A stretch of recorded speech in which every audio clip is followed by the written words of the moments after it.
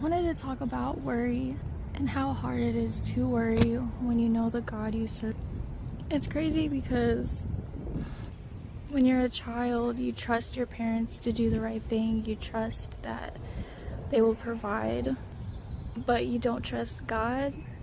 It doesn't make any sense to me because God says that He will provide. He tells us all these promises. You read the stories, and when you really understand who God is, it really humbles you. You're like humbled by the power of God. Because if you know that He has a good plan for you, why would you worry? Even the people in the Bible, they weren't perfect. By far, they weren't perfect. And God still provided, and God still made a way where there was no way. But God is so powerful. He's a way maker. And when you know that and you trust Him, then you don't worry as much. If anything, these days I worry because I don't worry. I'm like, dang, I should be worried about this, but I'm not. Because I know God will provide, and I know that He loves me. I was talking to a lady yesterday, and we were talking about how worry takes away from the moment and the present. And I was saying it's crazy to worry when you don't even know if you're gonna live till tomorrow.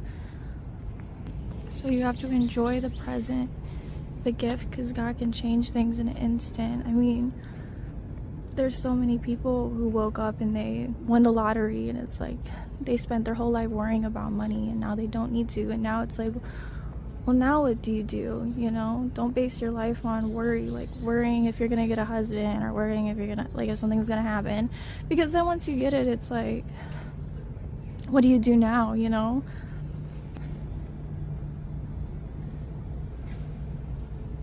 I mean, we were just talking about the relationship you have with God and how that's really the best part. I mean, it's great that, you know, you're not going to go to hell for eternity, but it's also great to have a God as a friend. Like, isn't that amazing that we get to say that Jesus is our friend and Jesus will provide? I mean, if you really study the Old Testament, King David had such an interesting life. For a lot of his life, or I should say for a lot of his story, he has people chasing him, trying to kill him. And he has so much peace and so much trust in God that even when these people die, he still loves them. He's still so forgiving and so loving. And even when he has opportunities to kill them, he doesn't. And that's why I said, like I say, and why I said before, study the word. Like, know that these people were really loved by God. And you are too. Many times God said, be still and know that He is God. And even in the story where he's in the boat and the storm is raging, he takes a nap. And that's how we should be. When a storm comes, we should just be still and know that it's in God's hands. I mean, we should still take action and still do what we can. You know, faith without works is dead.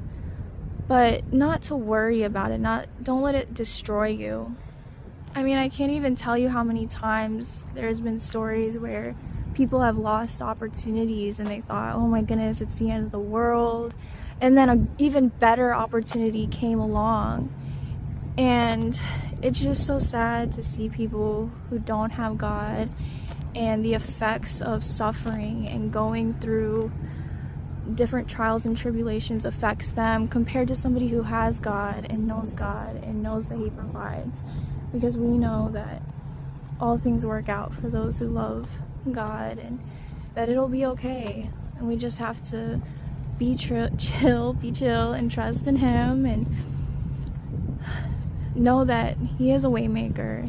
And when you're going through life and you have Jesus in your passenger side giving you directions, even when places or roads are cut off, in a sense, He can open them. He is a way. He is God. Like, He can make a way where there is no way. You know, the views might not always be pretty all the time, but you know the destination is heaven. So it always works out in the end. His purpose always perseveres, and you know the end is good. The destination is good.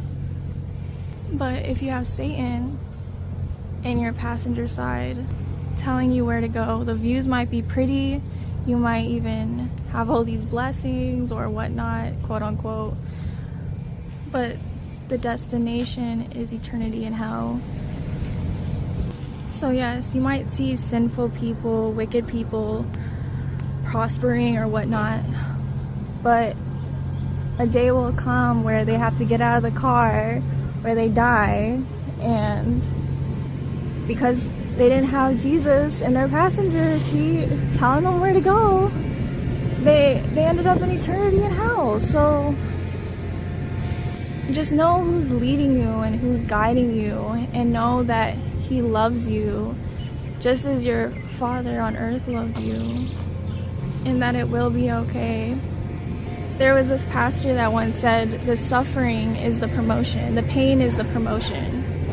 Even Job went through suffering. I mean, pretty much everyone in the Bible, they went through hard times. Everyone goes through hard times.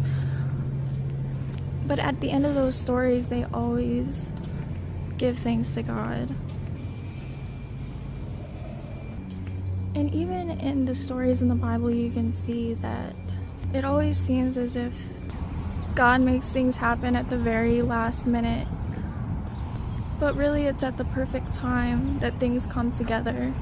And I think God does this so He can see what we'll do when we think that God isn't going to provide. You know, He comes in at a moment where we're like, there's no way God could fix this. Kind of like with Lazarus or whatnot, where he's been dead for 3 days and they're like, there's no way, like he's dead. But God brings him back to life. And that's what happens a lot of time in our life. You know, we think, oh, the situation is dead, like it's past, but no, He makes a way the very last minute on our timing, but it's perfect timing for Him. So yeah, glory to God.